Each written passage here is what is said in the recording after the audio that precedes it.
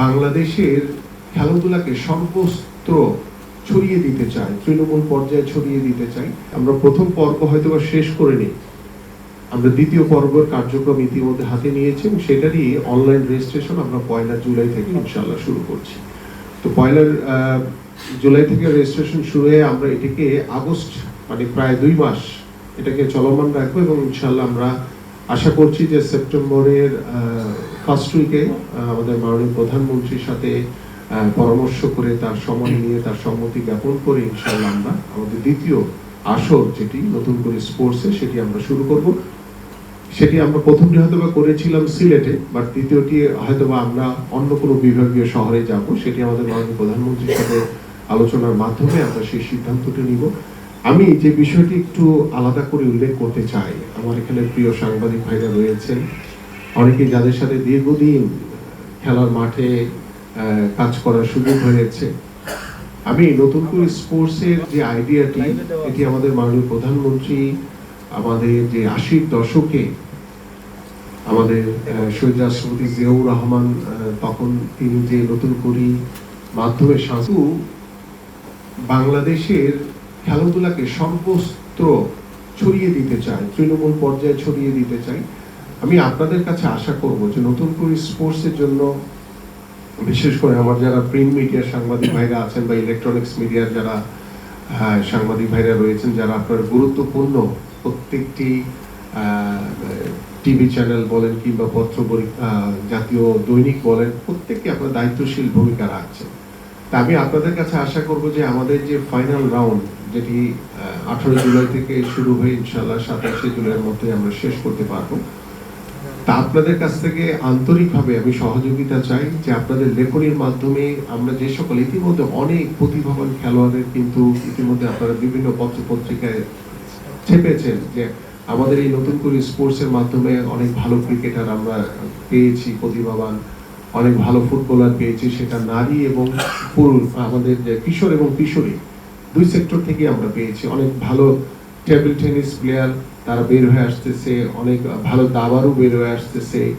আমাদের সাঁতারও বের হয়ে আসতেছে। এই ধরনের প্রতিভাবান খেলোয়াড়দের রিপোর্ট কিন্তু ইতিমধ্যে আপনারা বিভিন্ন সময় ছেপেছেন। আমি আপনাদের কাছ থেকে একটু এক্সট্রা আর একটু বেশি গুরুত্ব দিয়ে যদি আপনারা এই নতুন করে যে স্পোর্টস এখানে যারা অংশগ্রহণ করছে তাদেরকে উদ্বুদ্ধ করার জন্য, তাদেরকে উৎসাহিত করার জন্য আপনারা যদি আপনাদের লেখনীর মাত্রাটা যদি আরেকটু বাড়িয়ে দেন, আরেকটু যদি প্রতিদিন যে নতুন করে স্পোর্টসের যে খেলাগুলো অনুষ্ঠিত হবে সেটি আমি হয়তো বা ফাইনাল রাউন্ডের জন্য বলছি না, ফাইনাল রাউন্ডে ডেফিনেটলি আমি আশা করি যে আপনারা আপনাদের প্রতিদিনের যেই খেলাগুলো হবে সেগুলোকে আপনারা আপনাদের লেখনীর মাধ্যমে জাতির সামনে তুলে ধরবেন। কিন্তু আমরা যে দ্বিতীয় আসরটি যেটি শুরু করছি সেই দ্বিতীয় আসরেও আমি আপনাদের কাছ থেকে আশা করি যে আমাদের রেজিস্ট্রেশন, অনলাইন রেজিস্ট্রেশন থেকে শুরু করে যখন আমরা সেপ্টেম্বরে খেলাগুলো শুরু করব, আমি চাই যে নতুন করে স্পোর্টসের নামে আলাদা করে একটি প্রতিদিনের একটি কলাম আপনাদের কাছ থেকে আশা করি যে আপনাদের প্রতিদিনের একটি কলাম আপনারা রাখবেন, যে নতুন করে স্পোর্টসের মাধ্যমে যে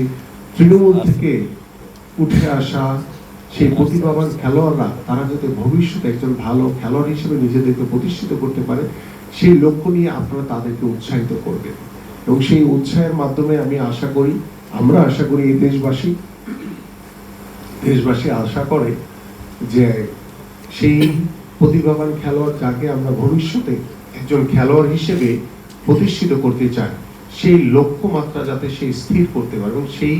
লক্ষ্যমাত্রা তখনই সে স্থির করতে পারবে যখন সে খেলাধুলার সুযোগ পাবে, যখন আপনাদের লেখনীর মাধ্যমে তার ভবিষ্যৎ পরিকল্পনা আপনারা তুলে ধরবেন,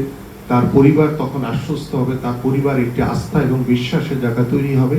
সেই লক্ষ্য নিয়ে আমি আমার প্রিয় সাংবাদিক ভাই এবং বোনদের কাছে আমি আশা করি যে আপনারা প্রতিদিন এই নতুন করে স্পোর্টস নিয়ে আপনাদের জাতীয় দৈনিকে আপনারা যদি একটু লেখনীর মাধ্যমে যদি এগুলোকে তুলে ধরেন, তাহলে আমরা যেমন কাজ করে অনেক বেশি উৎসাহিত হব, আপনারা কাজ করে আনন্দ পাবেন, এবং আমাদের যাদের জন্য এত কষ্ট, যাদের জন্য এত পরিকল্পনা, সে ভবিষ্যৎ প্রজন্ম যাদেরকে সামনে নিয়ে আমরা আগামীর বাংলাদেশে আগামী ক্রীড়াঙ্গন গড়ে তুলতে চাই, সেই কিশোর কিশোরীদের জন্য আপনারা প্রতিদিন আপনাদের লেখনীর মাধ্যমে সেই বিষয়গুলো তুলে ধরবেন, এটুকু আমি আশা করি আপনাদের কাছ থেকে।